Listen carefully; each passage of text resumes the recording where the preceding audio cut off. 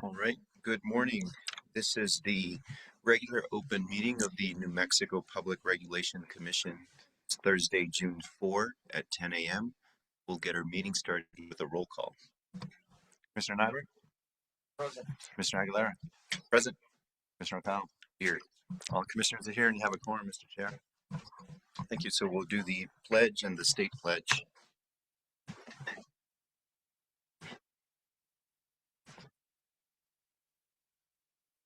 Pledge allegiance to the flag of the United States of America and to the republic for which it stands, one nation, under God, indivisible, with liberty and justice for all.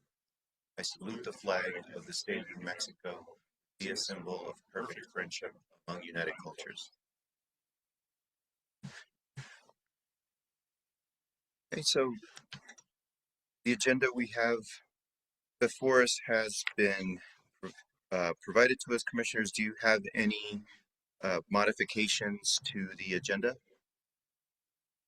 Not seeing any, so I will move to approve the agenda.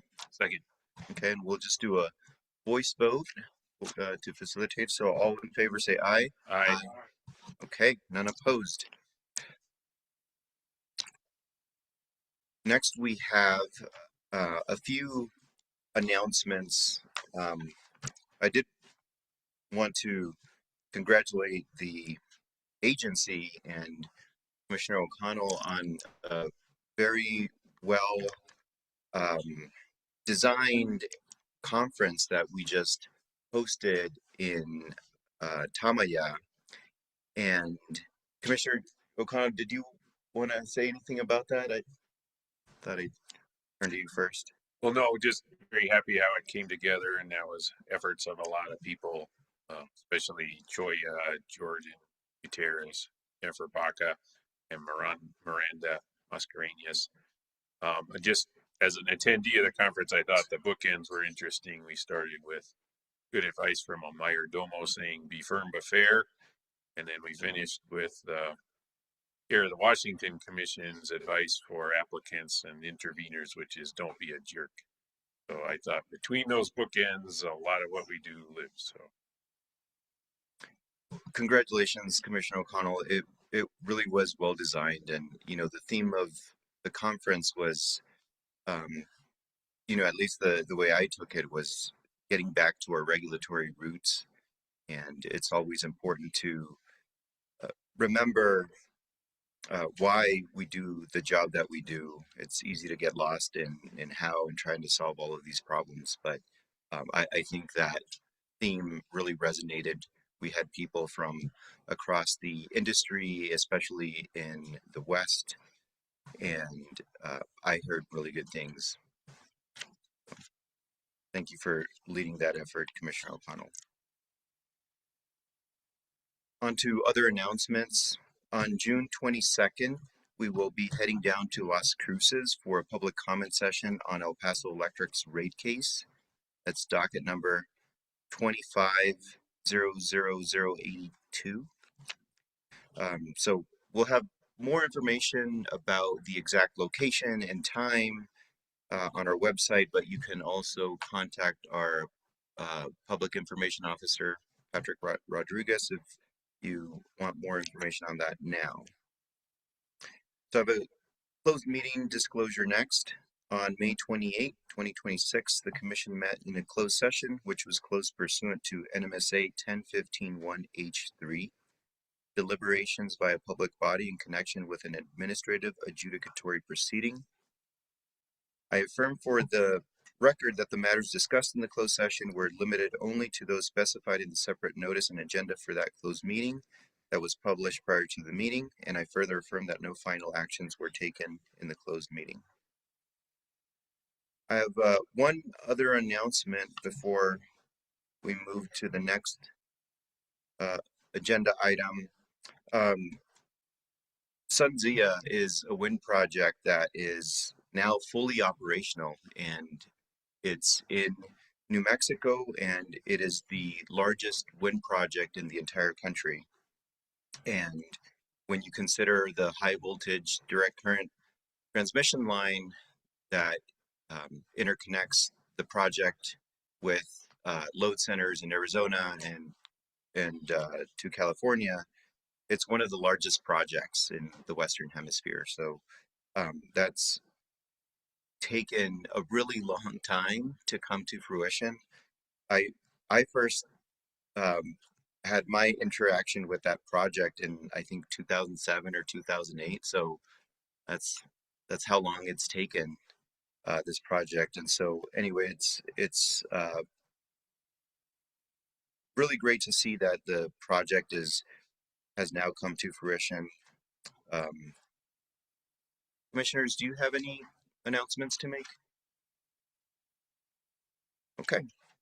So then with that, then we could move on to the next agenda item, which is public comment. So we'll go ahead and get started with any checking to see if we have any public officials. We do. Oh, uh, public officials for comment, and then we'll check for comments on today's agenda items, and then we'll check for any other comments. So do we have any public officials in person? Not any. Patrick, do we have any online? Yes, Mr. Chair, we have a couple online. And I'll start with Sharon McDonald, the Mayor of Alamogordo. Go ahead with your comment. Okay, just in case you hear jets flying out, I'm on Holloman Air Force Base this morning. So good morning, Chair and Commissioners. Thank you for the opportunity to speak today. My name is Sharon McDonald, and I'm honored to serve as Mayor of the City of Alamogordo. I recognize that the Commission has an important responsibility to thoroughly evaluate this proposed transaction and determine whether it is in the public interest. My purpose today is not to weigh in on the technical aspect of the case, rather to share a local government perspective on what reliable, continued infrastructure investment mean to our community. Alamogordo is a home of hardworking families, small businesses, Holloman Air Force Base, and critical regional infrastructure. As the community continues to grow, we depend on a reliable electric system that can support economic development, services, and future investment opportunities. Based on the commitments that have been presented, I am encouraged by the focus on infrastructure investment, workforce development, customer assistance program, and the commitment that PNM will remain headquartered in New Mexico under local management. I also appreciate that the Commission will continue to maintain oversight of utility rate and service to ensure that the interests of New Mexico customers remain protected. As a mayor of Alamogordo, I support investments, strengthen reliability, create opportunities for New Mexico workers, and help position our communities for long-term success. Thank you, Chair and Commissioners, for your time, your service, and your consideration of these comments. Thank you. Okay, thank you. Next, we have Representative Gail Armstrong. Thank you so much. This is Representative Gail Armstrong and House Minority Floor Leader. Good morning, Commissioners and all who are online. Just wanted to make a comment on Blackstone's long-term capital strengthens PNM's energy goals in delivering the most reliable and affordable energy to its customers. The company has explicitly committed to funding the infrastructure needed to meet New Mexico's energy transition goals while keeping PNM's operations fully regulated under the Public Regulation Commission. The acquisition will provide the financial resources necessary to thrive in a rapidly changing energy environment, enabling the utility to meet increasing energy demand and continue transitioning toward carbon-free generation.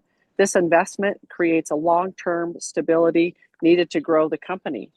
Overall, an acquisition like this can benefit New Mexico as a whole and creates an economic development driver to help attract new businesses and industry to our state.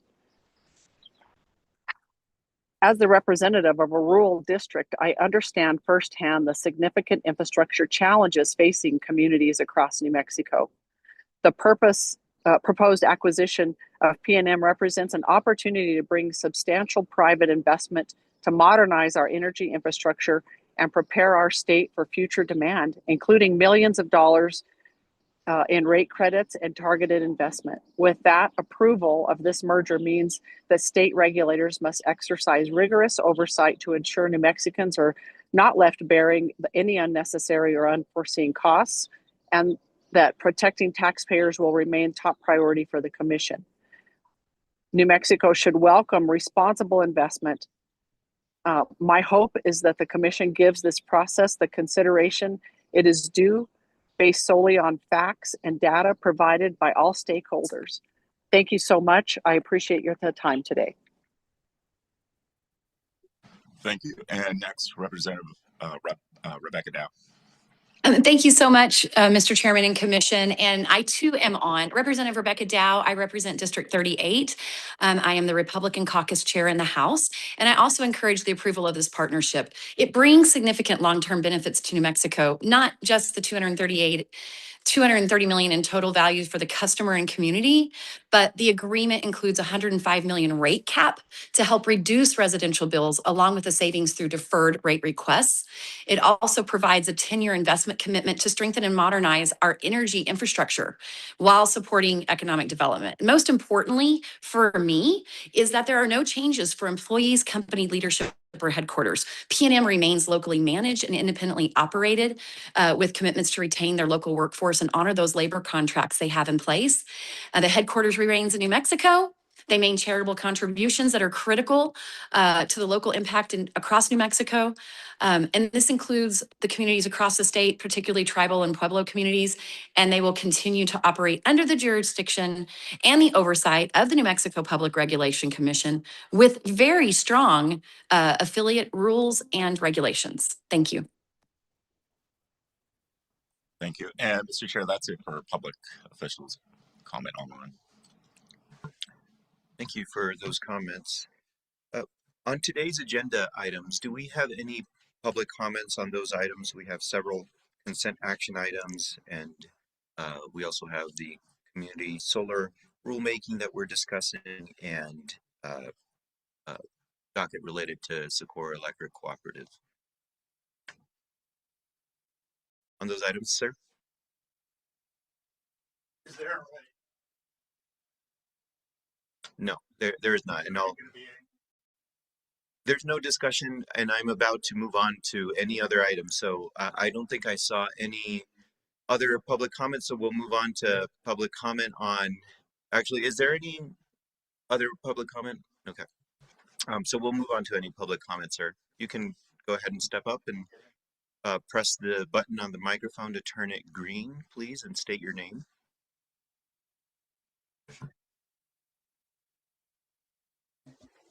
My name is Jim Heath. I've been a resident of New Mexico for 25 years. I personally live in Galisteo. I've been in the independent energy market for about 30 years.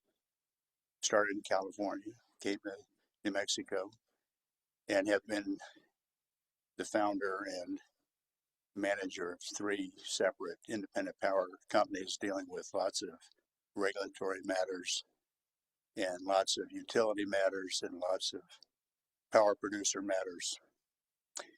I strongly oppose the merger proposition with BlackRock on the grounds that I do not believe that it is consistent with our values here in New Mexico to have a private equity or private credit company of any kind as the owner of an independent utility in New Mexico. I think for a long time I've been before various bodies here in the legislature recommending that PNM be independent.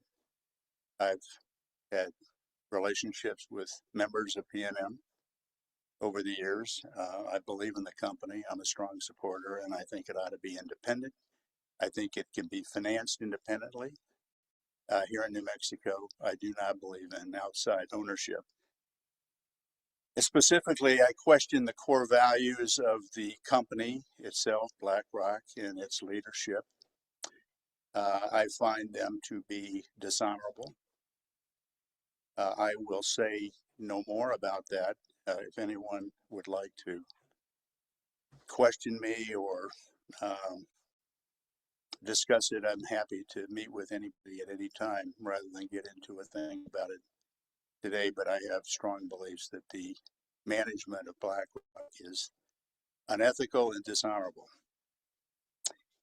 And I would strongly encourage a very deep due diligence effort on the part of this commission into that matter. Specifically, I recommend that the management itself, senior management, the CEO, Larry Fink, be brought to New Mexico and questioned under oath about his intentions for the company with respect to this acquisition. Specifically, it relates to the infrastructure surrounding data centers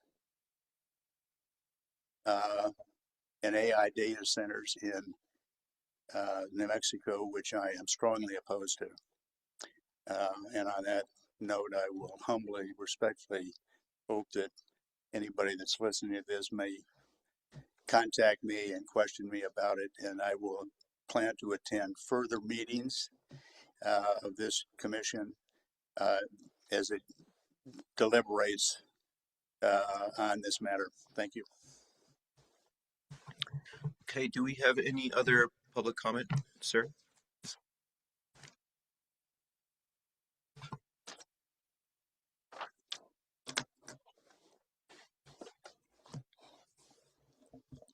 I don't know, because you don't move those closer. Hi, Glenn Weichel, Third Act, and I have some prepared comments about New Mexico Gas, the other private equity acquisition that the commission is considering. But first, I just want to make a quick response to Commissioner Aguilar's announcement about SunZia project, because this really is huge, and I think everyone should realize that while New Mexico is at the bottom of a lot of national lists, we are at the top of the renewable energy list, and that includes deployment of energy storage systems. That's while our oil and gas industry is cutting jobs, cutting the number of rigs it's drilling, and looking at reduced productivity. So we're looking at someday when the renewable energy industry exceeds the oil and gas industry in revenue generated for New Mexico, and this commission is central to that economic growth. So thank you, and I think we should all celebrate New Mexico's great contribution to the climate and to the energy economy. So regarding New Mexico Gas, every so often in my life, I find it's time to buy a car. I have my hard-earned savings and my credit to offer, and I look for a car with good value, a car that runs well, a car that will last as long as possible with few repairs, and a car that I will enjoy owning. I negotiate for a better price or more features until I get a fair deal. I assume you, commissioners, have also had that experience. When any of us makes a deal, we want it to be beneficial and fair. As a customer of New Mexico Gas, I feel the acquisition process is similar. While paying rates is technically not investing, our rates are paying off the utilities investments. By paying our bills with hard-earned cash, we have built the value that made New Mexico Gas an attractive company to acquire. After the acquisition, we're the ones who will enjoy the results or suffer if the utility no longer runs well. We have a right to a fair deal that brings us enjoyable benefits, and you commissioners are negotiating on our behalf. When any of us makes a deal, we want it to be beneficial and fair. Unfortunately, the proposed deal is not fair and beneficial to ratepayers, and the risk is high because BCP has little experience running utilities. I challenge you to find guaranteed ratepayer protection and fair ratepayer value in this deal. The proposals have included a new billing system, which apparently failed when rolled out at an affiliate utility in Louisiana. And I want you to ask BCP to show you the evidence of that. It also includes a rate freeze until September, a date that may even pass before the deal is done. Also, a small rate credit for a few years, a vague contribution to economic development, activity that may or may not benefit ratepayers, and a board of directors which answers to owners rather than being independent. As our designated negotiators, I implore you to negotiate harder and be prepared to walk away if you cannot get a good deal. When any of us makes a deal, we want it to be beneficial and fair. Interveners have suggested what you can ask for. Those suggestions include an increased rate credit, maintain that rate freeze until the end of 2027, put BCP's cash contribution into a severe weather fund that benefits ratepayers, require an independent board of directors, and please don't bake in any capital spending plans. That's for later consideration. And finally, conduct an IT audit which shows the full costs and benefits of their proposed upgrades. When any of us makes a deal, we want it to be beneficial and fair. As our negotiators, I implore you, commissioners, to get us a better deal or walk away. Thank you. Thank you for your comments. Do we have any other public comment in the room? Patrick, do we have any online? Yes, Mr. Chair. And I'll start with Jamie Church. Yeah, and please try to keep your comments to 3 minutes. Please go ahead. Good morning, Chair and Commissioners. My name is Jamie Church, and I serve as the President and CEO of the Farmington Chamber of Commerce. Our mission is to provide an environment of support, interaction, connection, and advocacy for local and regional businesses in order to strengthen our communities and promote opportunities for economic growth throughout the Four Corners region. I'm here today to offer a perspective from the standpoint of supporting local businesses and fostering a strong business climate, and to express support for the PNM acquisition. At the Farmington Chamber, we work with businesses of all sizes, from small family-owned companies to larger employers that help drive the Four Corners economy. One thing that they all have in common is the need for stability and confidence when making decisions about investment, expansion, and growth. Communities are the strongest when businesses have confidence in the future, and long-term investment helps create that confidence. The Farmington Chamber believes economic development is ultimately about creating opportunities for people and for communities. Strong businesses support jobs, local organizations, including nonprofit organizations, schools, and the overall quality of life that makes our community an attractive place to live and work. The acquisition represents a significant long-term investment in New Mexico and includes commitments that support economic development, infrastructure, and community investment. Long-term investment sends a positive message that our state remains a place where businesses and communities can continue to grow and prosper. I also appreciate the commitment to maintaining local leadership, local employees, and a continued presence in New Mexico. Strong partnerships matter. Whether it's in businesses, nonprofits, educational institutions, or local governments, lasting success comes from organizations working together to support their communities. These partnerships are especially important in regions like the Four Corners, where collaboration is key to our success. The Farmington Chamber is committed to connecting commerce to community. That commitment includes supporting investments that help our businesses succeed while strengthening the communities that they serve. In my opinion and in my perspectives, this acquisition supports that goal and provides a strong foundation for future opportunity in New Mexico. Thank you for the time. I respectfully encourage the Commission to approve this application. Thank you. Thank you. Next, James Shanley. Good evening, Commissioners. Stanley, I'm a resident of District 7 in Albuquerque. And I'm here to speak about the proposed acquisition of New Mexico Gas Co. by Bernard Capital Partners.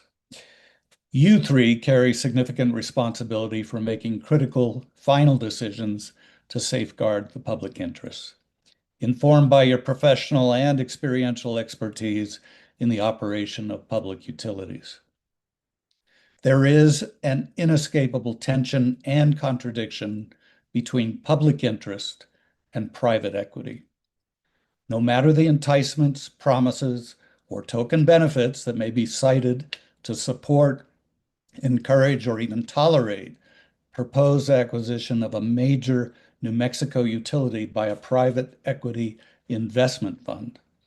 Approval of such transactions will invariably place that public utility first and foremost in the service of the financial interests of investors, not the interests of the New Mexico public. In the case of Bernard Capital Partners' acquisition of New Mexico Gas Co., it will render our public utility a de facto resource for inevitable financial extraction by ownership based in another state. BCP's fiduciary obligations to investors and shareholders provide no other justification for this $1.25 billion acquisition offer. The 194-page recommended decision document provided to you by hearing examiners is at best a tepid statement of no imminent danger, rather than a clear and unequivocal confirmation this acquisition offers meaningful incremental value to New Mexico Gas Co. operations in the public interest. The steady incremental ownership transfer of multiple components of New Mexico's economy to out-of-state interests over the past few decades has already rendered our economic health a disabled dependent of the oil and gas industry. If the public interest is to be genuinely served for current and future generations, this trend must be reversed, and no category is more critical than public utility monopolies. Please serve our interests by rejecting this proposed acquisition of New Mexico Gas Co. Thank you for the opportunity to provide these remarks.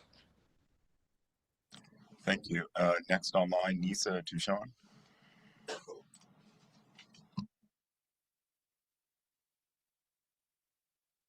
Hello, can you hear me? Yes, go ahead with the comment. Good afternoon or good morning, commissioners. My name is Noranisa Tucson, and I'm a concerned citizen speaking in opposition to the proposed $1.25 billion acquisition of New Mexico Gas Company by the Louisiana-based private equity firm Bernard Capital Partners. I'm deeply concerned about the risk this deal could pose to New Mexico residents and ratepayers. As the agreement is currently written, the proposed rate freeze only lasts until September 2026. After that point, the company could apply for rate increases, leaving customers vulnerable to higher utility bills in the near future. A short-term rate freeze does not provide meaningful long-term protection for low-income New Mexicans already struggling with rising living costs. I'm also alarmed by what happened in Louisiana under BCP-owned Delta Utilities. Customers reportedly experienced bill increases ranging from 300 to 1,000% due to serious billing failures. Even more concerning, the PRC hearing examiner reportedly refused to hear expert testimony about these billing problems. And that raises some serious concerns about transparency and accountability, and making sure that consumers are truly being protected. Utilities are essential public services. They're not opportunities for private equity firms to maximize profits at the expense of residents. New Mexicans deserve reliable service, affordable rates, and strong regulatory oversight.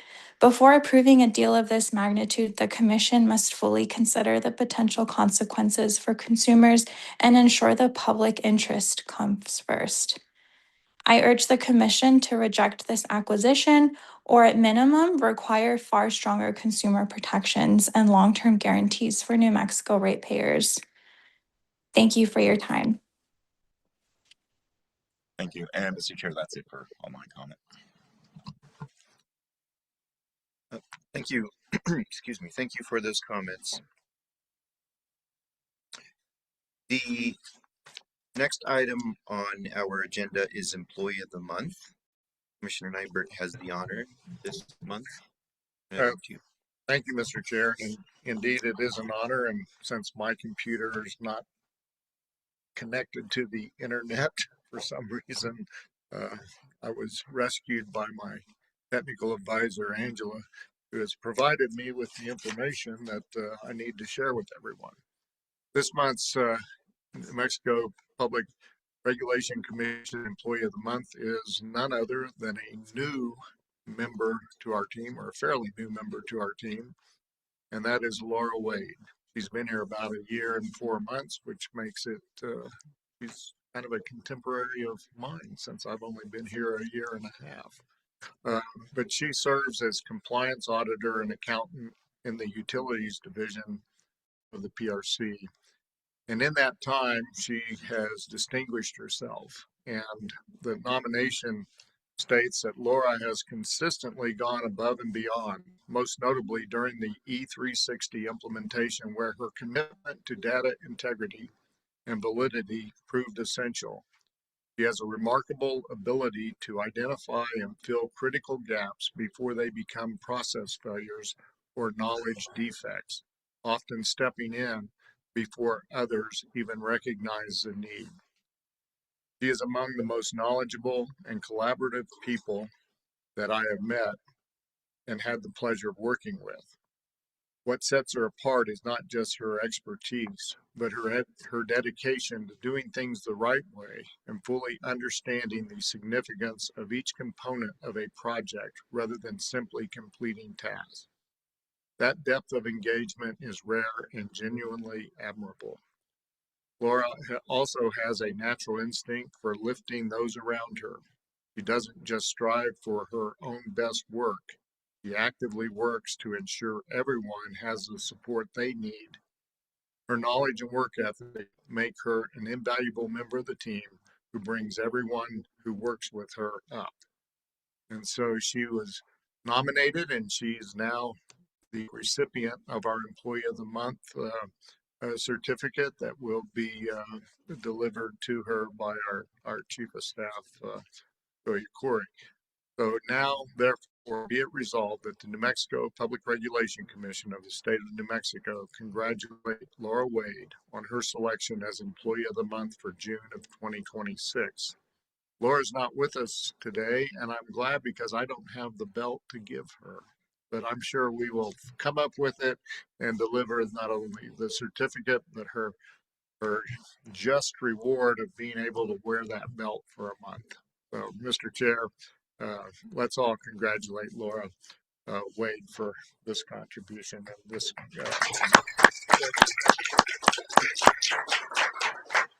Well, congratulations, Laura, and I'm sure with respect to providing the belt to her, she'll make sure that you comply with that commitment. So. Okay, Commissioners, we have a set of minutes for May 7 regular open meeting. Are there any revisions to those minutes, or is there a motion to approve them? I'll move to approve the minutes from May 7th, 2026, the regular open meeting. Yep, and I'll second, so we'll take a vote on that. Commissioner O'Connell? Yes. Commissioner Aguilar? Yes. Commissioner Nyberg? Yes. The motion to approve the minutes from the May 7th, 2026 regular open meeting passes unanimously, Mr. Chair. Okay, thank you. The next item on the agenda is consent action items. Commissioners, we have 3 orders on the consent agenda. Is there any discussion on any of those items? No? Okay, so I will move to approve the consent action items. I'll second the motion. Take a vote. Commissioner O'Connell? Yes. Commissioner Aguilar? Yes. Commissioner Nyberg? Yes. The motion to approve the 3 items on consent passes unanimously, Mr. Chair. Okay. So on to our regular action items. The first one is the community solar rulemaking, and we have Mr. Fisk, a member of our general counsel office. Turn it over to you. Good morning, Mr. Chairman, Commissioners.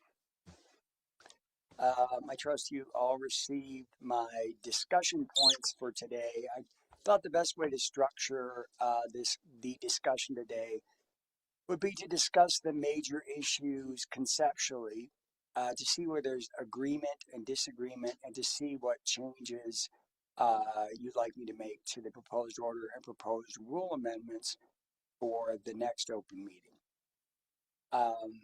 The way that I organize the discussion is that it goes in, doesn't cover every issue. It covers what I think are probably the major, possibly controversial issues, in the same order that they appear in the proposed order, which is the same order in which they appeared in the working group report. So moving on to the first set of issues, those would be the working group 1 issues, which were the community solar bill credit calculation issues. Now, there were 4 proposals there, and the commission included all 4 of them in the NOPR. My proposed order would adopt the proposal concerning the fuel and purchased power cost adjustment portion of the solar bill credit, as well as the proposal concerning the valuation of unsubscribed energy. In both instances, the proposed amendments would not significantly change the substance of the rule, but would provide greater clarity and specificity. My proposed order would reject the proposals concerning the valuation of renewable energy attributes and the subsidization proposal for essentially the same reasons, which is that both proposals merely outline what might be considered in further, and I anticipate they would be lengthy and complex proceedings. The proposals, in my view, are primarily lists of general categories of potential benefits of community solar, which are not sufficiently specific to provide a useful rule. In addition, though many of the subscriber organizations participating in the working groups were in favor of these proposals, implementing these proposals would be, I think, very time consuming, which would run counter to the subscription organization's interest in having the second RFP or bidding process implemented soon. And with that, we can have a discussion of that issue, or I can move on. Yeah, and commissioners, in speaking with Mr. Fisk, his plan was to bring the draft that he is recommending and bring it to us for any discussion that we might want to have on these items. And so we can definitely go through these major points that Mr. Fisk has prepared for us. I was not expecting that we would be ruling or voting on the draft today. So this is more set up to have a discussion. However, as at least I had explained before, it was my hope that we could issue a final rule before the beginning of next month. So I think at the next open meeting is when that would be. So this is no pressure to feel like you need to vote today, but just having these issues for discussion, I think, will be beneficial toward that larger goal of issuing a rule at the next open meeting. So, with that, thank you for that summary of this issue, Mr. Fisk. Commissioners, is there any discussion that you would like to have on this topic? Mr. Chair, there were, I think, a couple areas that I've discussed with Mr. Fisk concerning, I guess, a couple experiences that we have had to deal with. And the biggest one in my mind is ensuring that in our rule that we have some ability to review whether the community solar location makes sense in light of particular dynamics in that area. And Clayton was an extreme example, but I'm concerned whether or not our rule provides sufficient ability for us to prevent maybe an area of the state from having what I consider too much community solar on a system where the demand in that area cannot accept that full demand, and so you're incurring line loss and everything else to get it to the demand centers, even if it's a utility owned transmission line, because the utility's paying fairly high price for this energy, and any line losses suffered, only exacerbate the problem. So I would like to see in the rules at least some ability to make sense as to where they're located. They need to be closer to the demand center, and if the location of a community solar, because there's already 15 community solar facilities in an area, that we not approve or allow the approval of the 16th facility. And I just want to make sure that the rules allow some of that flexibility so we can look at those things. And, New Mexico's blessed with a lot of sun, but within New Mexico, there are parts of New Mexico that are better blessed with sun than maybe some others.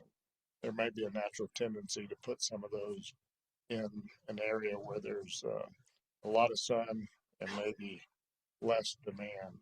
In my view, the community solar project should be closer to the demand, and frankly closer to where the people who would be investing in those reside. So those were my thoughts, and making sure that we had some flexibility to do that. That would be the first issue, and not to complicate it, I'm talking about the second issue later. Okay, yeah. We're skipping ahead a little bit, but I think that's fine. We can. I think when I think about this issue, I definitely see where you're coming from. On the other hand, I think this could be overly restrictive because the situation that you're discussing is really a situation that occurs with most generation. I think most generation, when they come onto the system, they're going to require some kind of upgrade to the system,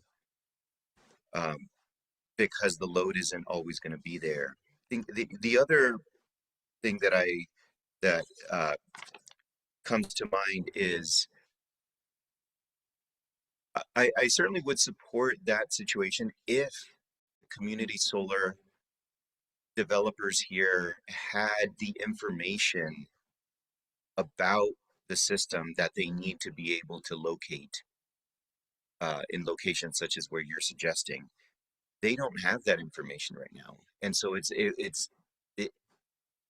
we're not setting them up for success. We're not setting them up to be able to locate where the load is sufficient. El Paso Electric, in their comments, are saying that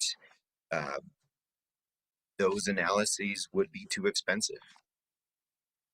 And it really doesn't seem to me like a fair balance of those issues if we don't create a paradigm that allows them to know where to interconnect, but then penalize them because they threw a dart at a board and it didn't land in the square that we wanted it to land. And so I think for me, I would be comfortable including that, but if we also balance that with providing them better information about the system so that they can go into this just better prepared to have a project that's going to come to fruition. I think and it doesn't really benefit anybody if they end up picking a part on the system that is going to require expensive upgrades. And so for me, really, it starts with that foundation, that plan that we're providing, so that they know what spots on the system to pick to interconnect.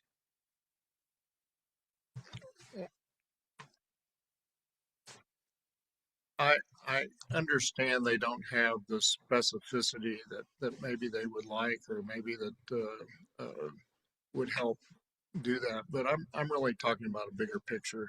If they know that there are 15 community solar plants, facilities in Luna County, New Mexico, asking for that 16th facility in Luna County, New Mexico, when you generally know that the demand in Luna County and frankly in Southwest New Mexico is fairly limited, then we ought to have the flexibility to say, go find a place someplace else. And I agree, it ought to be fairly wide metrics, but we should not. I mean, we have the statute prohibits co-location, and that's trying to spread some of this stuff out. And I just think that within general terms, that those companies know where those facilities are located. They know what the general demand is, particularly in the more rural parts of the state. And so I would like at least some broad metrics to be able to have some flexibility there, and not allow an overload of a system where the demand is not going to be able to capture those electrons. They're going to have to be shipped, in many cases, long distances to find the demand centers. And El Paso Electric and to a limited extent, Southwestern Public Service Company aren't going to have those problems. It's going to be Public Service Company of New Mexico because of its extended reach into faraway places where demand is less. Their demand centers are largely located in the Santa Fe, Albuquerque area, and that's a real concern, is trying to get those electrons to this area when in fact there may be a desire to produce that energy long distance away. So that's my real concern. I don't think El Paso Electric gets that far away from its demand center. I don't think within SPS territory you would see an overload in Tucumcari, for instance, and having to send it to Clovis or something. It's not that far. It's not the several hundred miles that P&M may experience. So from a reality standpoint, I think it's really a concern for P&M and just trying to put some sidewalls that give us some flexibility, or at least tell Incline to look at some of those issues. And if they know that a certain area is getting oversubscribed, so to speak, I'm using the wrong word, but there's too many solar facilities in one area, Incline ought to be saying, hey, get closer to the demand centers if you want to do your project. Yeah, thank you for, you know, I see what you mean when you're talking about 15 community solar projects in Luna County or wherever. I do think that helps illustrate the problem, and it kind of makes me realize and kind of refine maybe what my concern is. I think it's the classic, you know, carrot versus a stick approach. And I think the approach where we end up yanking a project because they threw the dart and it landed poorly, it is more of a stick approach. I think if maybe we can incentivize them somehow, you know, my hope would be just to provide a transparent view of the system so that they could make a wise decision. But if that isn't available, maybe we could also score those projects more highly where there is um, availability on the system, or where there is not, um, they get a lower score. And I think that's so. Anyway, this is something that we have. The larger issue that we have a discussion of in the system. We don't necessarily have this idea of an incentive, but I do think we could make a valid argument that it is that it's the desire and a logical outgrowth of the record here, if that's something that we would do.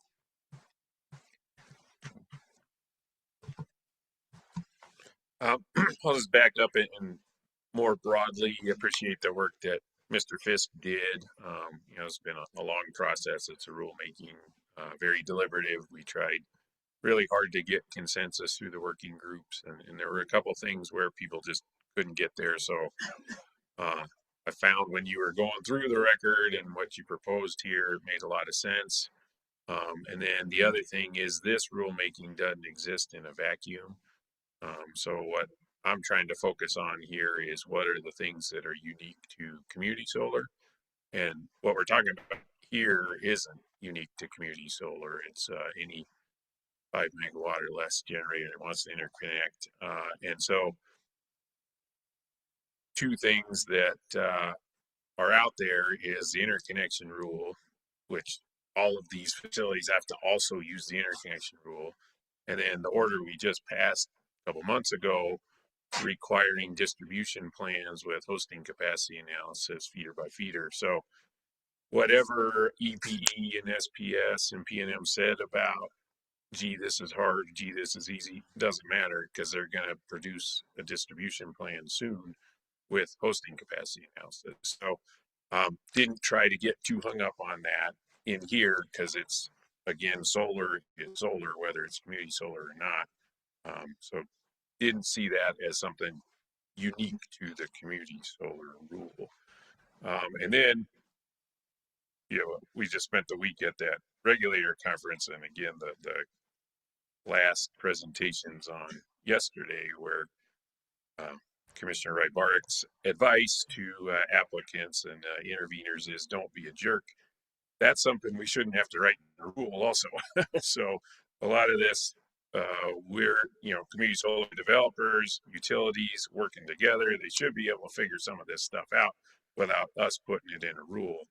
And so I can't legislate non-jerkiness. So just want to write the best community solar rule I can and leave the,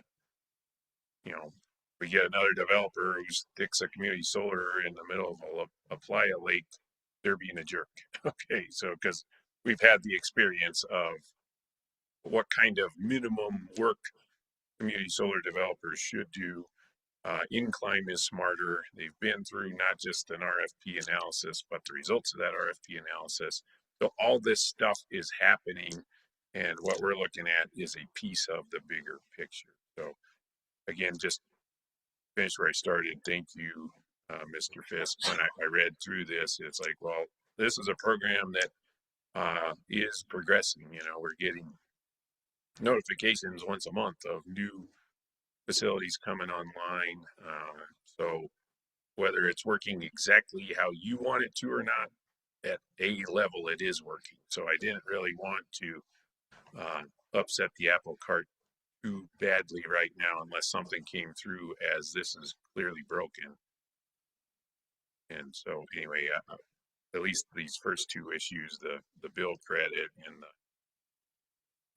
the location issue, I really appreciate the proposal from Mr. Fisk. Came to this meeting just wanting to hear what you guys think about that, and then try to be constructive and helpful as we develop the thing that we'll vote on. Mr. Chairman, could I respond to these comments? Okay, so what you've been talking about are things that are addressed with regard to the project selection process and the proposal that the commission included in the NOPR for project selection restriction based on the Clayton case. I think what all of you have been discussing is something that many people have pointed out was a problem with the first RFP process, which is that the selection process didn't take location into account, except for, I mean, it took it into account in terms of brownfields and state land and things like that, but it didn't take interconnection costs into account because simply that information wasn't there at the selection stage. So projects would be selected on these certain bases, and then they get to the interconnection stage, and some of them find out that they're going to be paying millions of dollars. And so there's been, I think, an interest among the commission and also among participants in the program that somehow that be factored in so that we don't have projects which go to the interconnection stage and find that out. And sometimes, you know, they're still in a priority position and they stay on without having paid. There's no agreement, and some of the utilities are wondering what they should do about that. People have received a bill that's millions of dollars. And what I think one of the main reasons that I've suggested adoption of what was called a hybrid proposal, which was the alternative project selection proposal in the NOPR. The hybrid proposal is called hybrid because it does take into account the interconnection issue to some extent. And what it does is it creates a delay between, like there'll be a scoring process based on, you know, the types of considerations with modifications that were considered in the first RP process. But capacity wouldn't actually be awarded until there's an executed interconnection agreement. So that would be, so essentially, I think, you know, what the comments about letting incline have the power to stop something as we learn more about whether there's enough capacity, whether there's going to need to be an enormous upgrade, expensive upgrade, or whether there's sufficient demand in the area. I think the hybrid project selection approach is a good start for that, and I think we could put in some more specific provisions about, you know, retaining the ability to, you know, after there's been scoring, yes, the projects can move on to the interconnection queue in that order, in the order of ranking, that as we were doing now, but to the extent that that they find out in the interconnection process that there's no demand or there needs to be an upgrade, we retain the power to pull that out, to deselect and say you're not getting that capacity.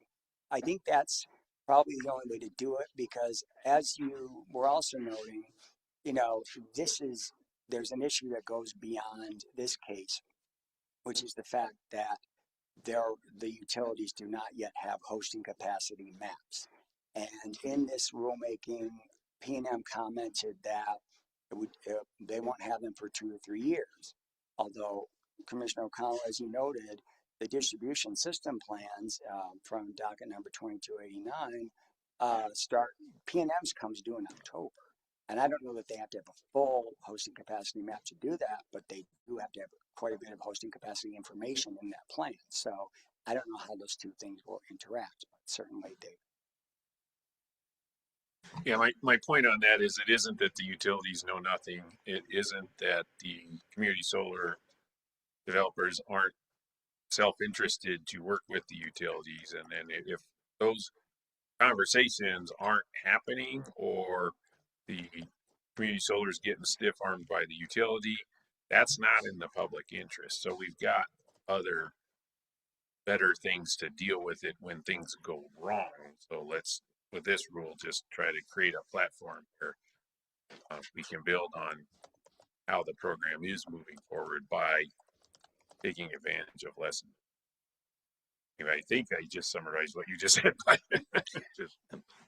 And thank you for bringing us back, because I think you are highlighting the correct issue as I see it, which is the cost of the upgrades to accommodate the facility, as opposed to whether the load can absorb it. I think that is the correct way to look at the concern.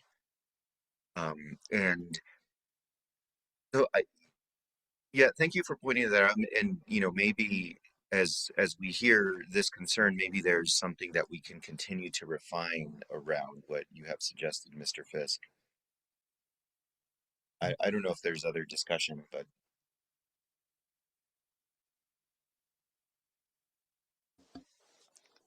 Okay, Mr. Chairman, Commissioners, if there's no more discussion, I'll move well, on. on that issue I meant, sorry, let's check to see. I think Commissioner Nybert had another thing he wanted to raise, if I understood correctly.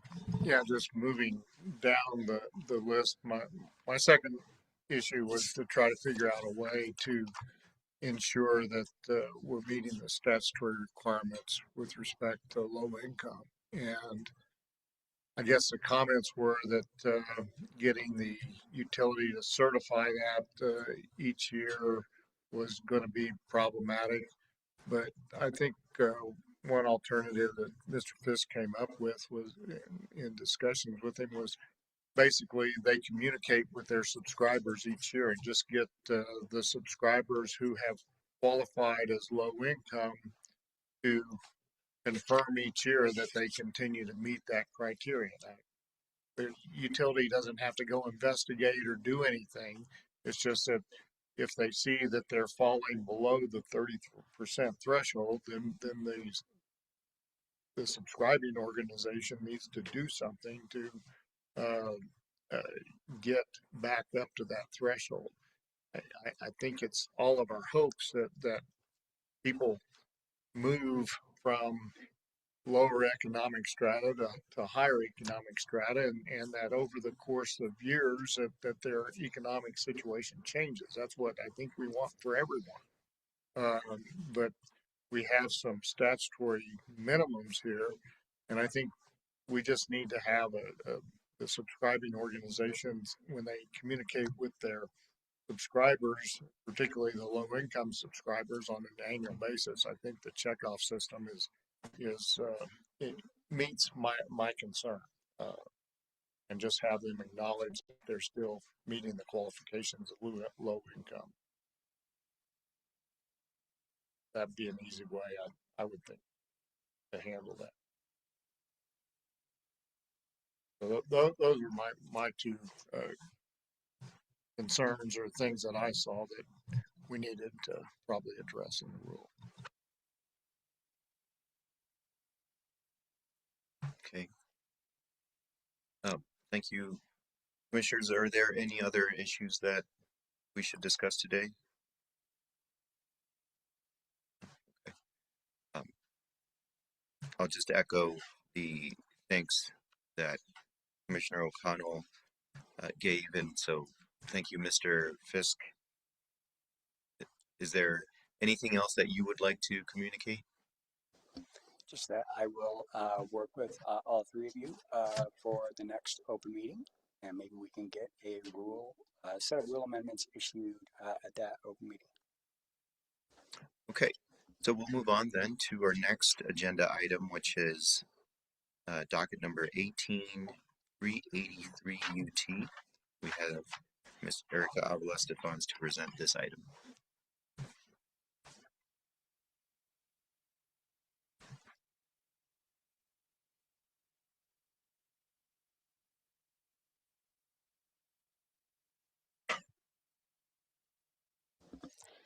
Good morning, Chairman, Commissioners. So Socorro Electric is a long-standing docket, and it's a very litigious case with the Commission. And I summarized the history a couple of weeks ago in an open meeting, so I won't do that today.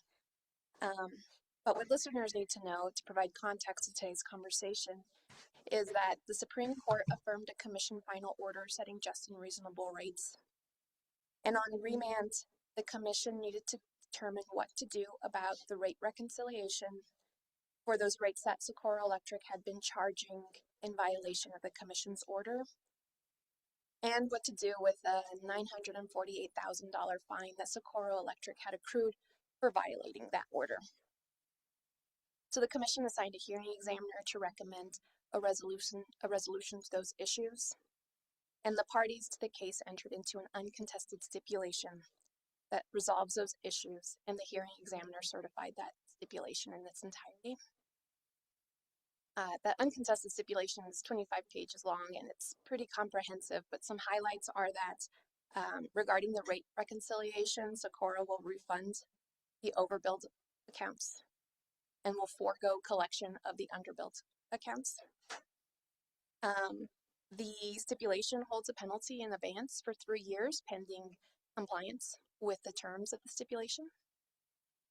And the stipulation proposes that Socorro Electric advocate for changes to policy and bylaws that will increase transparency and accountability of trustees, and including enforcement actions for violation of commission orders. So before the commission today are 2 orders. The first order accepts the uncontested stipulation in its entirety, finding that it is fair, just, and reasonable, and in the public interest. And then the second order is an order that proposes modifications to the stipulation, finding that the stipulation doesn't do enough to hold the Board of Trustees accountable, to provide sufficient messaging to the members of the importance of their involvement in the governance of their co-op, and acknowledges the improvements the current leadership has made to the co-op. So there are 4 modifications proposed in that second order. It requires Socorro Electric to propose and actively advocate for a change in bylaws that would prohibit any individual that was sitting on the Board of Trustees at the time of noncompliance from serving, disqualifying them from serving on the board or as an officer in the future. It requires that the refund to overbilled customers include an interest of 3.74%, which is the customer deposit interest rate. It allows Socorro Electric to pass on the penalties to the customer members, but proposes a framework that will see that customers will only be charged 1/5 of the penalty over the course of 3 years if Socorro Electric complies with the terms of the stipulation. And then that framework, and proposes a framework that reduces the penalty amount by 1/5 upon reaching specific milestones set out in the order. And I will stand for questions. Commissioners, any of you want to kick us off with this one?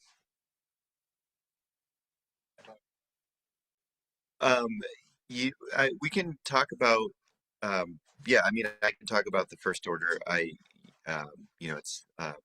support it as looking at our standard, which looks at the parties involved and the benefits to ratepayers in the public interest, and whether it is aligned with regulatory principles and practices. And so, I think as I look at the stipulation, for me, those questions are answered as a yes. This does meet that. And so, I mean, this is such an interesting case. Part of what I'm trying to do is hold back because, as I mentioned the last time we spoke about this at an open meeting, this is just a roller coaster of so many things, including the reactions that we received from the Socorro Electric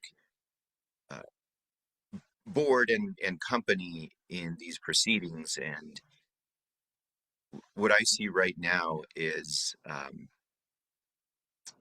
a electric cooperative that is headed in the right direction. And so I am grateful to the parties that they were able to come up with a mutually acceptable solution.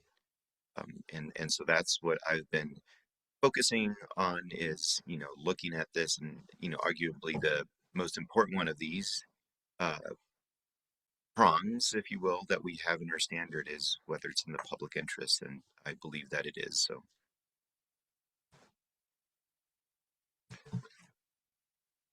Mr. Chair, I would take a different course because I think the parties negotiated a settlement that addressed their concerns, but it wholly fails to recognize the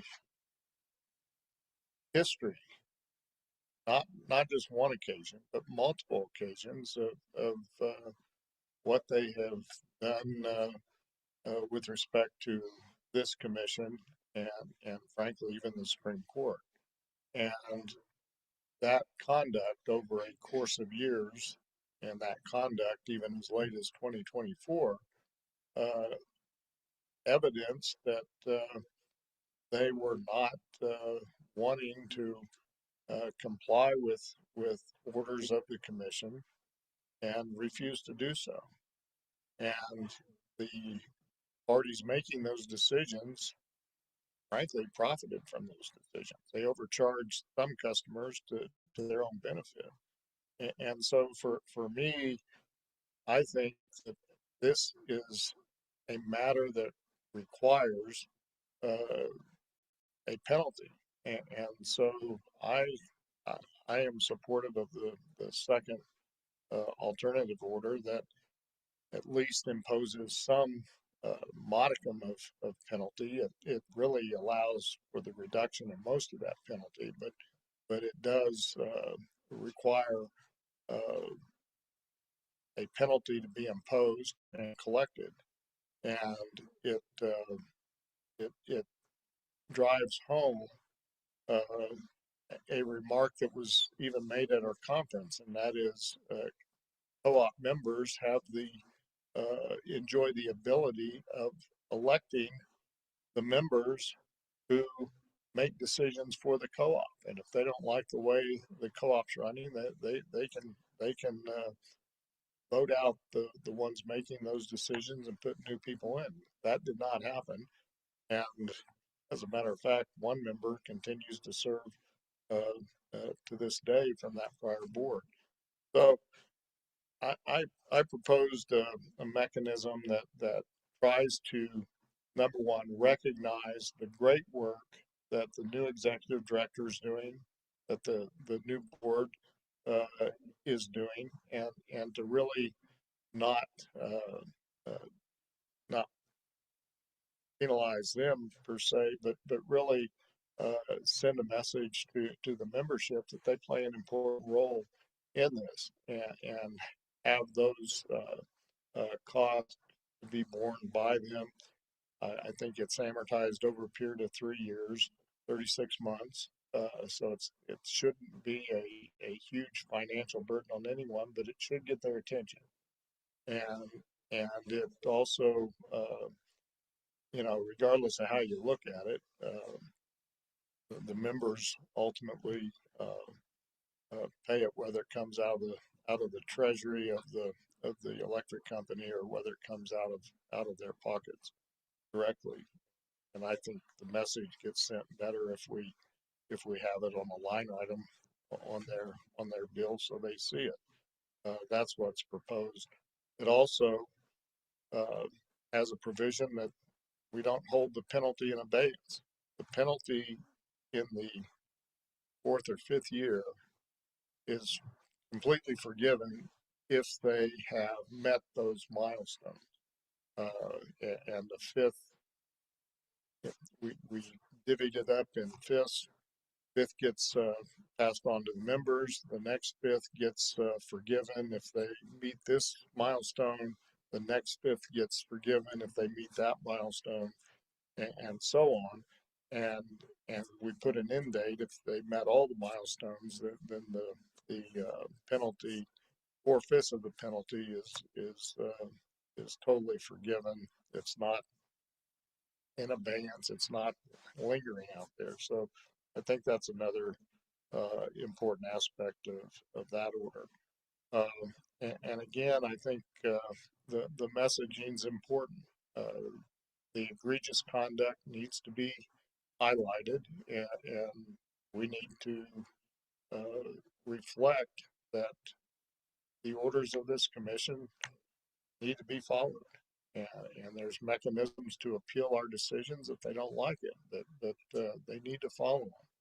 And that's not what occurred over the, unfortunately, it's been a long running case, and we're unable at this point in time to really impose penalties on those that are truly responsible for it. But this is the only mechanism that we have at this point in time to do something. So I would encourage my fellow commissioners to send a long, strong message that is sent in the second order, and to find that the stipulation as it currently is written is not in the public interest, but with modifications, it will be in the public interest to resolve this matter, certainly get it resolved within time period of 3 or 4 years as those milestones. So I would encourage us to pass the alternate order that is in front of us. Yeah, I have a couple of questions on that alternate order. Ms. Stefanza, in your presentation, I thought you said that this penalty can be passed on to members, but I thought the order was that it must be passed on. Yes, it must be passed on. And then where the money collected from the penalty, where does it go? It will have to be passed back to us. So it would be collected from customers by Socorro Electric, and then Socorro Electric then have to pay it to us, and then it goes into the general fund, from my understanding of where penalties go. General fund. Okay. And then, I mean, this is, again, I think all three of us have said this, fascinating case, big, interesting, big issue. When I looked at the alternate order, it caused me to just start reflecting on what the commission's duty to supervise IOUs versus its duty to supervise co-ops is. I also firmly believe in being firm and fair, and when we're doing things like penalties, that it needs to be a clear line of communication so that there's an understanding that this is why that happened, right? So the things that I'm struggling with, well, I'll start with why I'm potentially in favor of the alternate order is I agree, Commissioner Nyberg, this was an egregious act by the co-op. I mean, the only way the thing that's usually called the regulatory compact works is if the law matters, right? And so for me, the biggest lingering takeaway from this conversation, the thing I'm most certain about is it's worth it for the commission to communicate to utility division staff that, hey, in this stipulation settlement process, you were the person who was supposed to advocate for the law. And so that didn't really come through when you think about, well, this happened 8 years ago. Maybe the customers agreed to just getting a straight up refund without interest, but time has gone on. It's been 8 years. So I wouldn't say the customers who were harmed by this have been kept whole. So maybe they weren't arguing for interest, but our staff should be thinking about how all this stuff is a financing question and that the law is important. So of the alternate orders, the idea that the refunds need to include interest, I am certainly in favor of that. I also think implementing that bit of the alternate order, what will come with that is the communication from this commission. The stipulation was not in the public interest. It didn't go far enough. And I think that's a very valuable message for our own staff, that we really need you working hard on the public interest things. These are financing cases, the law is important, those type of things. Having said that, then some of these other things I just wonder about. First of all, our duty to supervise, because co-ops are so different than IOUs, and then how direct the communication would be. So I agree that anybody who has a board position, and these co-op board members have an important one. It's their job to set the rates for the co-ops, so they're kind of the PRC of each individual co-op. That is a heavy duty and they need to pay attention to it. And then I was looking into things like, well, how much do these board members get compensated and how does their job work? And officially, what they get paid pretty much is travel per diem. Unofficially, who knows what else you get. And then you look at the communities that are served by co-ops, and I'll call it the Harding County problem, that, you know, some of these co-ops are really small. They don't have very many members. So eventually everybody has to be a board member, right? So the board members are drawn from the members. They're small communities. Elections matter, right? So I kind of advocating for the co-op to change its own bylaws so that we're telling the members how to elect board members is something I'm not 100% comfortable with anyway. And then again, I worry about how that would be communicated after we issue the order. Then the last thing that I'm pretty sure about is I don't want to confuse the co-op board's responsibility for setting rates. So if we issue this penalty and then require that to be put on customers' bills, then that's, from my point of view, a rate setting process. So I have no problem with issuing the penalty, and I have no problem with the forgiveness thing, but leave it up to the co-op how they're going to manage that money. And that forces conversation between executive director and the board. Do they eat the money? Do they pass it on to members? That's a decision they're going to have to make. So it's a better, I think, communication that between, and then, you know, again, when I was thinking about, gee, if I was a co-op board member and I would just somebody who's willing to do this job, and I'm sitting in between the executive director who's doing all the day-to-day work, and then mighty tri-state where you get this fancy board meeting every whatever, go to Denver. The boards are kind of designed to be weak. They're not paid much.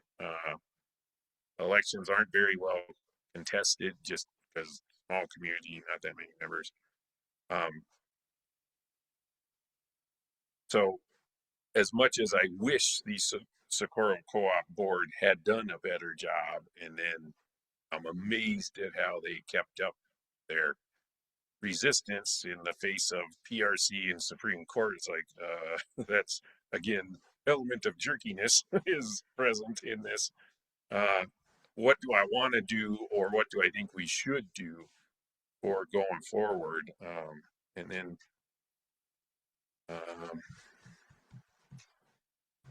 I think that's really captures all the points. So I'm willing to do alternate order that says stipulation was not in the public interest. In terms of what goes in that alternate, for me, it's the refund includes interest, and then imposing penalty. And I kind of like the elegance of 20% up front, and you don't have to pay the rest of it if you continue the path you're on right now, which by all accounts is they've got a dedicated executive director who's leading that in a good direction. And in that world where who's getting paid and who isn't, it's really the executive director. And I'm sure that this board is dependent on that person for guidance and understanding of the issues. I mean, we've often asked, well, where was their lawyer when they were choosing to break the law too? So again, executive director is the one hiring and managing. Didn't want to land too hard on existing executive director. Don't want to insert ourselves into fundamental co-op responsibility, which is setting rates. And then if you really want to drop the hammer on these guys, something we can do is let's open a proceeding to ask whether their certificate of service should be repealed. That's something we issued that certificate, we could modify. But whether it could get to there or not, I don't know.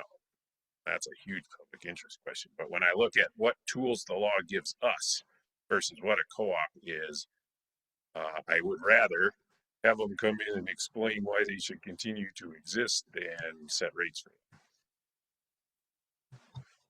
them. To address a couple of your concerns, the direct communication part was really the genesis of why we were trying to reach the members and put something where they recognize that they're having to write a check for the conduct of the board that continued to have these poor decisions move forward and ignoring the orders of this commission. So that was an effort to communicate and to make sure that that communication was recognized. So that's how that came up. But I'm not going to sit here and the man that we do that. If you want that taken out, I'm happy to do that because the penalty gets advanced. But the idea of having it on the bill was to ensure that that communication was directed to the members. With respect to the rate making issue, I think we looked at that pretty carefully and determined that it's not rate making and that we could impose that penalty and have them included on a line item without having to go through further proceedings. Am I accurately understanding that process? No, so it would be rate making, but rate making processes for co-ops are a little bit different in that our review is contingent on like a triggering event, which is sufficient protests from customers. So we can require them to submit an advice notice to the commission, wait out the protest period. And if we receive sufficient protests, the commission then gets to determine whether there's just cause to hold a hearing on the rate. So it is a rate, but the process for reviewing rates for co-ops is just a little bit different. Okay, so if we do this, the alternate order and try to put a line item on their bill, then we would have to engage in a further process. If we're doing what Commissioner O'Connell suggests, just penalizing the co-op, that communication didn't go out. We don't have to go through a further process, and Squirrel Electric writes a check, I suppose. If that's a sticking point, I'm amenable to that. With respect to the issue of having them change their bylaws, there are several bylaw requests. Some were stipulated to, some are in the modification. The major one in the modification is that they not allow those people who engaged in the conduct that arose to this situation from serving. They've proven their ineffectiveness in adhering to commission orders. So to me, they should not be entitled to serve in those capacities. But again, if that's a sticking point, I'm not gonna fall on my sword on that. It was just simply a reaction, particularly the chair of their commission being one of those members and trying to do something that was reasonable. What I felt was his term ends in 2027.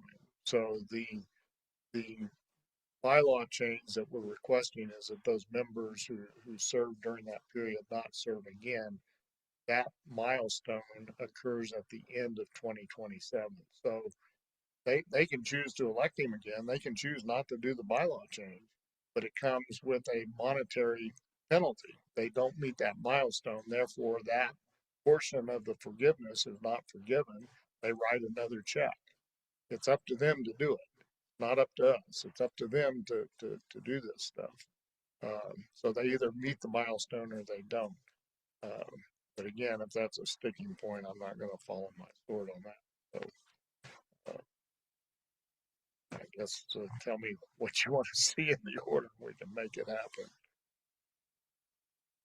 Yeah, I mean, for me, the bylaws change. I absolutely understand what you're saying. Again, for just my worldview of New Mexico, you've got small communities, and the communities have to produce the leaders to fill roles. I mean, that's what I mean by the Harding County problem. How many residents are there of Harding County? But they're a county, so they've got a whole bunch of duties and responsibilities that have to be filled by somebody, right? So eventually everybody in Harding County gets to be something at Harding County. So if we were talking about a large pool of potential leaders, then yeah, just turn it over. If we're talking about a small pool, then we got to have a process where learning happens because you got very few people eligible to do this stuff. So anyway, that's where I was coming from on that. Plus, just co-ops are different. That we always say that one of the major differences is their customers are their members, right? And so in this world where systems have to be able to learn, especially because there aren't very many options, let them handle how to elect their board members. So that was just kind of a philosophy problem I had with that one. I totally understand what you're getting at there, but it's a bridge too far when I think about would I do this to every, and the answer to that be absolutely. Well, hopefully this issue never comes up again. But as I understand it, there's if it does, I'm going to drag them in and say, explain why you should still exist, right? Yeah, Let's look at your certificate. The issue as to this co-op, I understand there's 8,000 members, and so the idea that there's maybe a limited number that can serve is probably not present in this case. And in a perfect world, we'd be fining or penalizing the members of the board. We can't do that now. There's only one member who currently exists that came from the decision-making process that led us to this point. And so this, I mean, frankly, the thought is to penalize that individual, not monetarily, but penalize him from keeping them from serving on the board.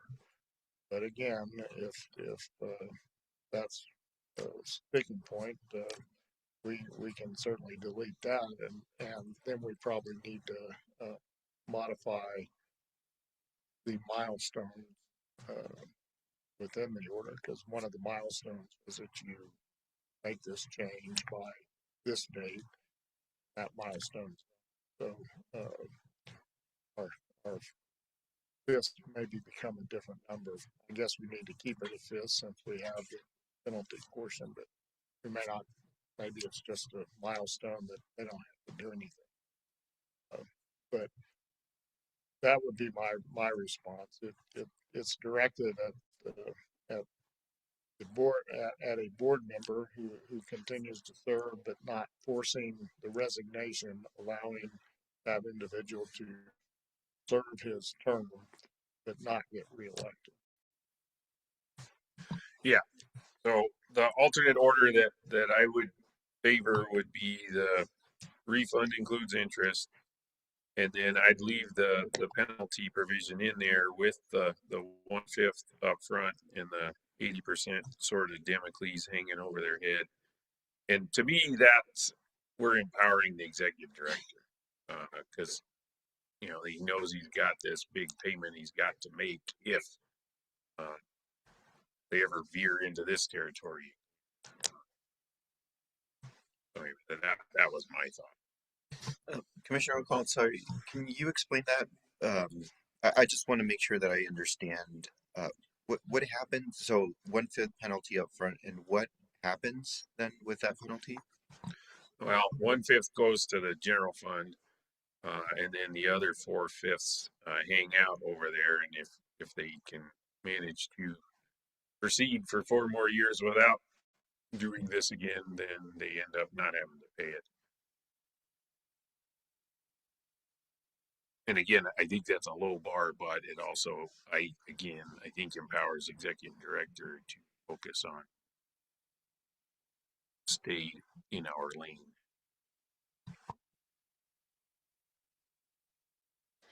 Commissioners, I'm sorry, but I have some clarifying questions. So regarding the penalty, the uncontested stipulation currently states that if the commission decides to impose a penalty on Socorro Electric, they will not pass it on to the ratepayers. Are we asking them to modify that term of the uncontested stipulation? Yes, I think that is a decision the co-op has to make. Okay. If they can't balance their books without doing it, then they have to choose to do it. So as I understand it, it would essentially track the alternate order,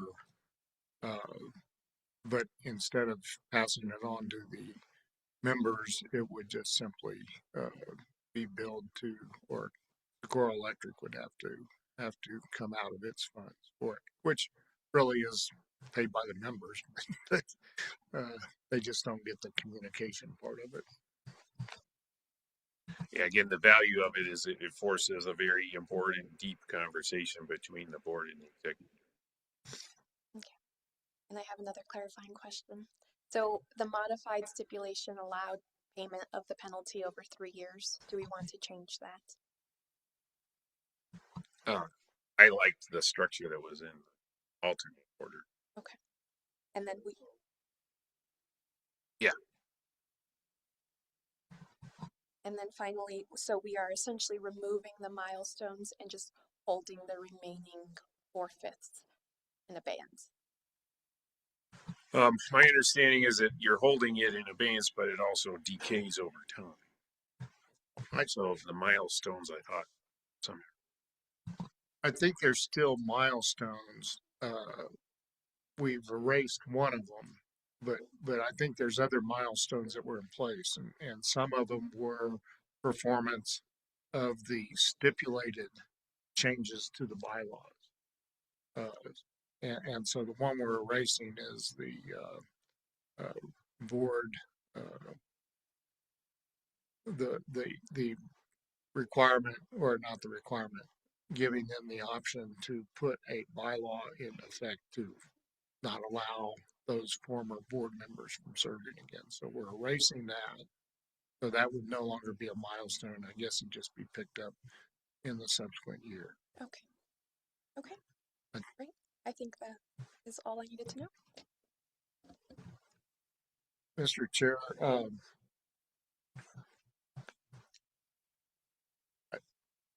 looking at those changes, I think we're going to have to come up with another alternative order, and probably bring it back next meeting. If that's that way, Commissioner O'Connell have an opportunity to really look at, make sure his changes get implemented properly. So would that be just don't take a vote now and get a third order in the hopper, or Don't it require a lot of drafting? I think. I'm willing to spend all of Erica's time.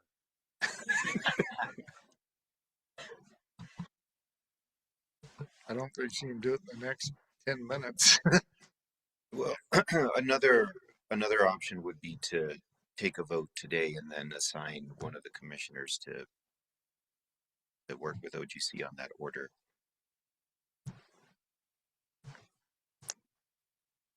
If all the commissioners are agreeable to that. Well, I appreciate the conversation. I still support the approval of the uncontested stipulation for several reasons. One of which is, well, I think that's the first question that I think is before me, is whether the uncontested stipulation is in the public interest, and I believe that it is, and that's why I would approve it. I understand that the commission might decide that it's not in the public interest. A few of the reasons why I don't fully support is because it creates more delay in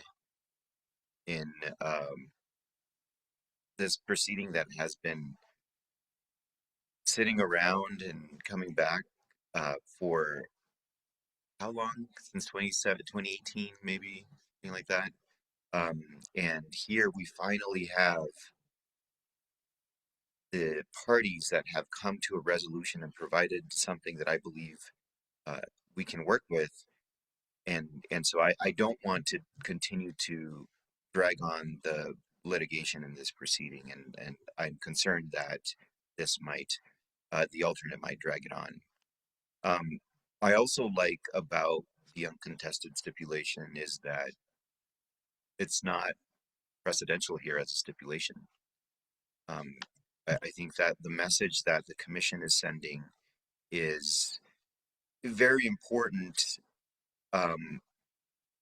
Socorro Electric in this case, I think did the right thing in trying to achieve a stipulation because they don't have very much leverage here, and they don't have sympathy either. And so that said, the other concern that I have is that if we are going to penalize the cooperative here, I just think that a penalty of 1/5 is too low. And I'm concerned that it might send the wrong message if the penalty is too low. So obviously some mixed thoughts about this. You know, I think that the alternate order, the commission is well within its authority to view this stipulation as not in the public interest. You know, I am definitely curious to see what that results in. And so anyway, just hearing this conversation, trying to decide whether to go through the formality of seeing the uncontested stipulation fail, or whether, you know, Commissioner Nyberg, you wanted to make a motion on approving an alternate.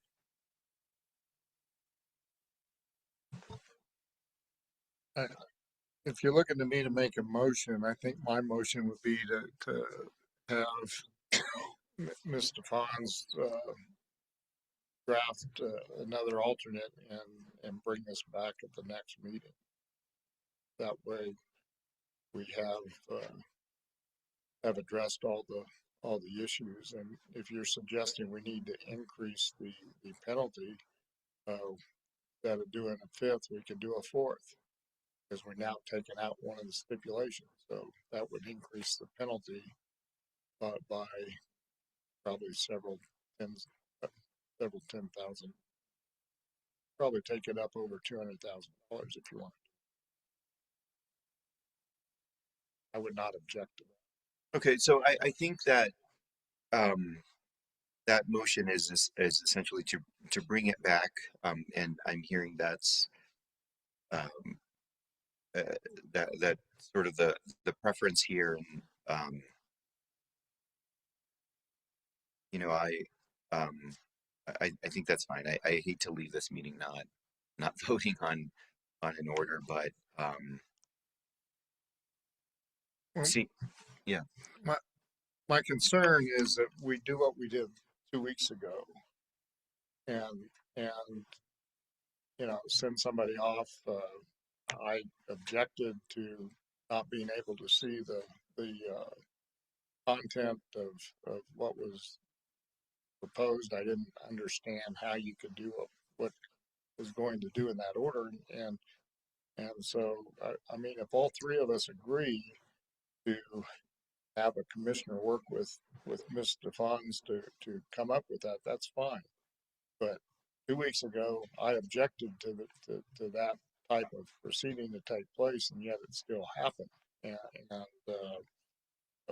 it's to me, it's not a satisfactory resolution, and I've since learned that it's probably not proper either. So you're telling me you want to vote on something today to get this thing resolved. I can make that motion, but you're going to have to agree that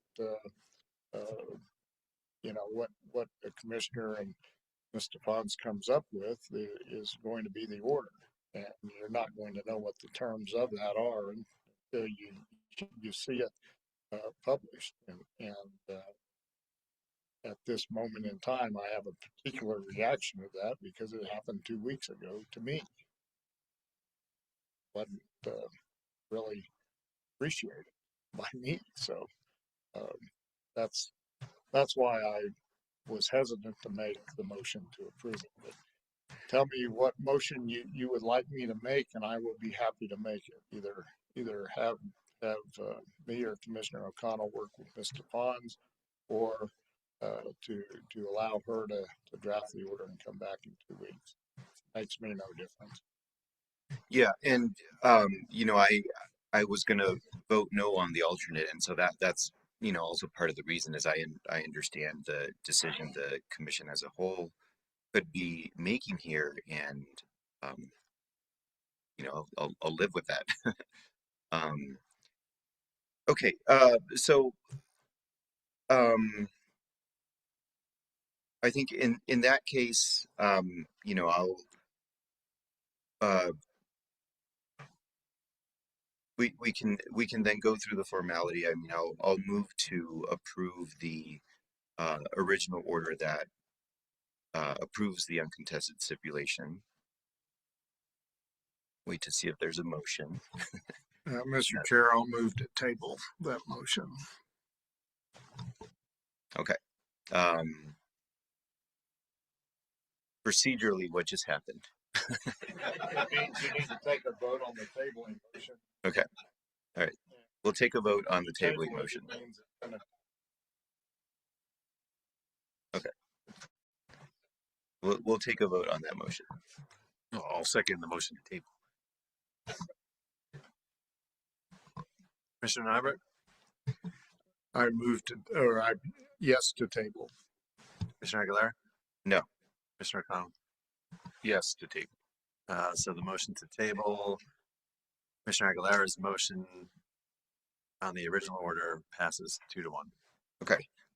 So then we'll, I don't think that we need a motion to do the alternate order. I think we can just do that and then take this up at the next open meeting. Yeah, I would even say with the robust discussion we had today, it might even be a consent action item, but. Okay. All right. Thank you. Okay. Well, thank you. And you know, we work towards consensus, and unfortunately, we can't always get there. But I do appreciate the deliberations that we have at these meetings, and value the arguments, and I know that we all do, especially if we don't fully agree with them. Okay, so next on the agenda, we have communications with Chief of Staff. Good morning, Commissioners. A couple of things to highlight this morning as we chat. First and foremost, thank you to the entire agency and staff who made this conference this last week such a success. It made me proud to be part of the team that put it on, and specifically the staff members who volunteered to help during the event itself received a lot of feedback about what a helpful professional team we had. So I wanted to share that with you and share that with the world, and thank you to those staff members who were there and who were so helpful and professional. Next, we have, you may have all received emails from two regulatory platforms that we have engaged to help make the PRC's work more efficient. One is HData and the other is Enernol. Both of those are services that should enable a broader research base for our employees and for you. And as we move forward, we'll be chatting with staff to see what they're finding useful, whether they're liking it, and see where we go with it from here. And then last but not least, something that by now I don't need to fill you in on, but it's a fact of government life. That is, we are coming up to the fiscal year end, which means very shortly everything will be frozen as far as any spending, any requests for travel, et cetera, et cetera. So as you're looking towards the end of the month, please make sure you are working to get those travel requests and reimbursements in so that we can move efficiently through that. That affects not just ASD and budget, but also our HR personnel, because both SPO and DFA have requirements for our team. So please be considerate and understanding as they are pestering you for whatever year-end closeout information that they need.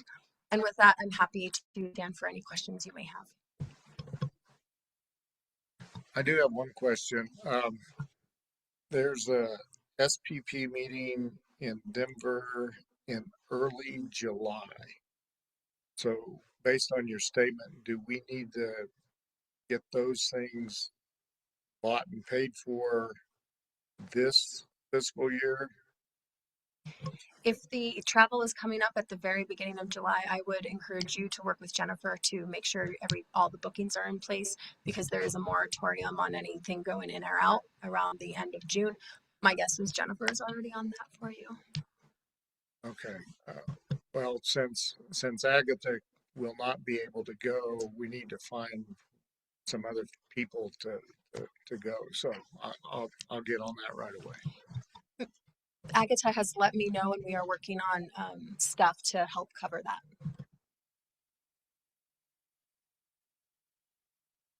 that. Well, thank you for those updates.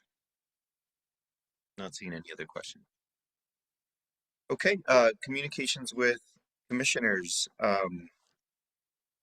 For my part, it was really nice to have the industry, to host the industry this week. Again, I thought it was a very successful conference, and for me, that conference also was kind of the light at the end of the tunnel after attending other conferences and traveling, and I was very much looking forward to having people over. Also glad it's behind us. So, and I'm sure many others feel the same way. And so I have some, as far as other travel, I will be speaking at the CAISO SEAMS workshop that they're going to have. And so I'll be, I think that the first meeting, there's like a 4-part series, is going to be in Seattle. So I'll be at that first one at the end of July. It's all that's coming to mind at the moment. And so glad that that's slowing down. The spring is always kind of the busy travel season, and then it slows down in the summer and then picks back up in the fall. Commissioners? You just reminded me of the quote from former mayor of Santa Fe, Debbie Adamillo. Mi casa es su casa means someday you're going to leave. But anyway, I again, happy to see everybody here. New Mexico showed well. The team here was essential to that. So echo all those comments. And then I'm still getting kudos coming in on email from folks who are there, and I try to share those as they come through for the people who should receive them who aren't me. But so yes, glad that's over. Next up for me, before the next open meeting, I'll be in Washington, D.C. for the NMPRC meeting. That's on Wednesday the 17th, with preliminary meeting on Tuesday afternoon the 16th. And all that's been booked. And then I'm also participating, as you know, I've talked about at previous meetings, with a group of commissioners from the COSER who advise RAP, and I believe it's BOSER who are working with the EDAM team. And we're working to put together some comments from the EDAM Day Ahead participant group who's trying to build a resource adequacy construct for the not RAP group. So it's confusing because lots of acronyms, overlapping groups, and that type of stuff. So anyway, that team is working on some stuff. It's similar to what you would expect a group of Western commissioners to say is, we kind of care about what you're doing with resource adequacy. And so they've got a fast moving process and just want to make sure that whatever gets designed for resource adequacy, whether it's RAP, whether it's EDAM, whether it's anybody else, that we're minding cost while addressing actual risk. I'd say that's kind of the overarching theme that group has settled on. And there's lots of technical details under that umbrella, but something just by deadline will come out pretty soon from commissioners on that, and trying to be constructive and helpful there. And then I'm expecting to attend the Northwest Electricity Dialogue that's going to be in Chicago and the 29th and 30th. So that's one that you haven't seen yet, but I'll get working on it with Jennifer.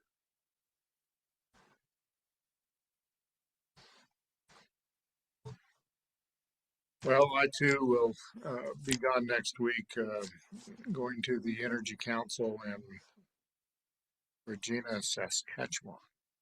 So I'll be flying up there, and then on my way back, I will be going to an SPP meeting in Chicago for a day or so. So it'll be a whirlwind trip to the north. I too would like to extend my personal appreciation to Choya, to her staff, and everyone who made the commission look good this past 4 days. Everything, I know it didn't go off without any hitches, but from everybody's perspective, as an attendee of the conference, it went off without a hitch. And that was because of a lot of pre-planning, a lot of work, and a lot of effort, a lot of dedication by not only our chief of staff, but by a whole host of members of our staff and everybody who was associated with staffing that, of coordinating it, being involved with securing all the things that went into making a success. Thank you.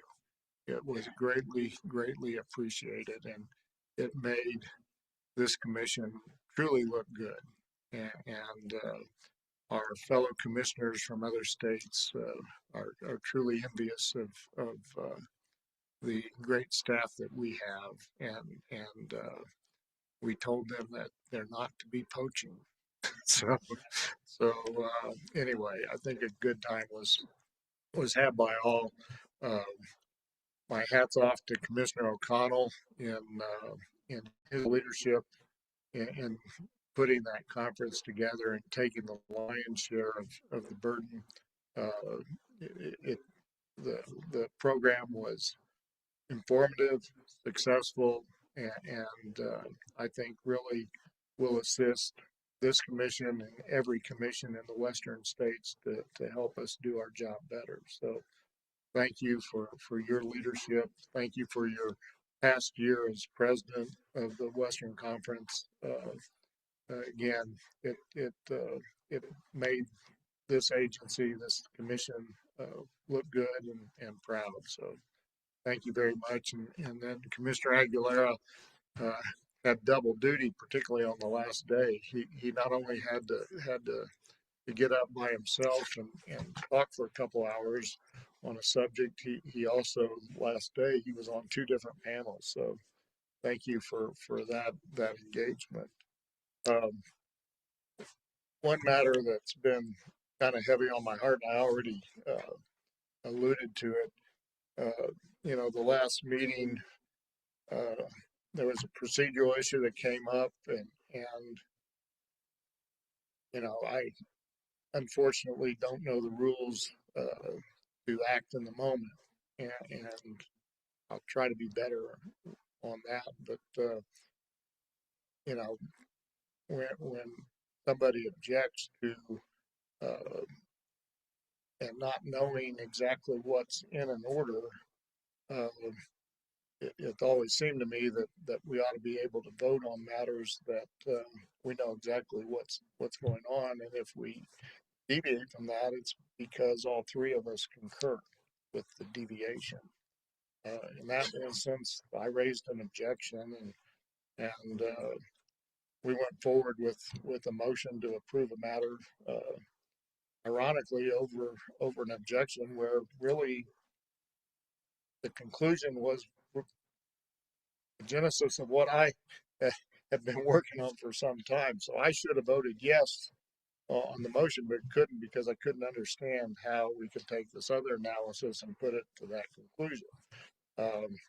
But we voted, and I was required to vote no. But I hope in the future that if somebody objects, and that's why I was overly sensitive today on it, somebody objects to the procedure, I think we have to honor that objection and allow a vote only on things that either we all 3 are comfortable with that process, or we know exactly what we're voting on. And I don't feel that occurred last time, and I felt I got run over. And maybe I am too sensitive about that, but anyway, that's I needed to get that off my chest. But I'll try to be better prepared to meet those objections in the future. I'll probably get with Choi about getting me the rules. So I just needed to get that off so it doesn't fester any further. Thank you, Mr. Chair. Thank you. Well, that is important, and I appreciate you mentioning that. And I think one thing that we can do, the Socorro thing is something that we had a closed session on, and so if we can have these drafts ready by the time we're at this open meeting, then we can vote on it. And so part of what I need to do as well is keep things moving, because I think we've been pushing things back further and further, and I think sometimes that's just necessary. In today's situation, if I'm outvoted, then I'm outvoted, right? And so the commission, that's why there's a commission. There's not just a single one of us, but I think that the commission is making the decision as a whole, and we don't need to agree on every part of it. And sometimes I think the way I think about a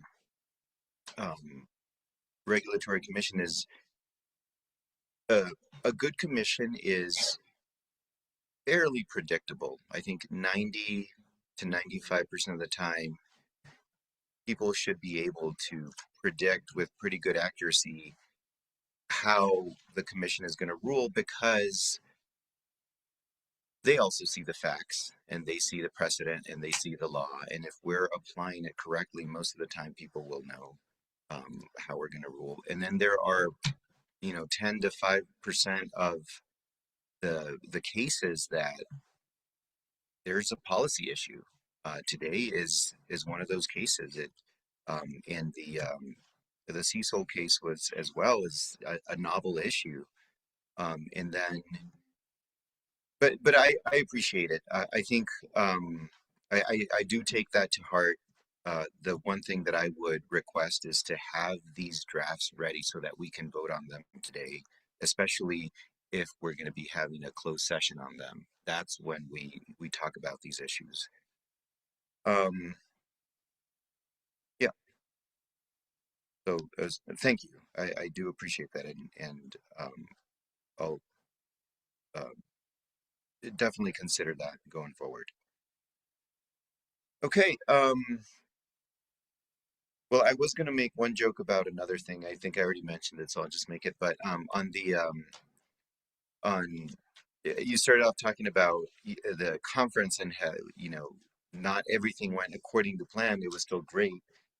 One of the things that happened was that the one dinner that was a part of the conference was affected by the strong winds that we had 2 nights ago, and so we had to move that indoors. And we were very disappointed because we had such great weather the entire time, and it was such a beautiful space. But what I kept telling people is that we were hit with extreme weather, but we were resilient, and that's what the West is about. So I think, is there anything further on any of the issues? No? Okay. So with that, then we are adjourned.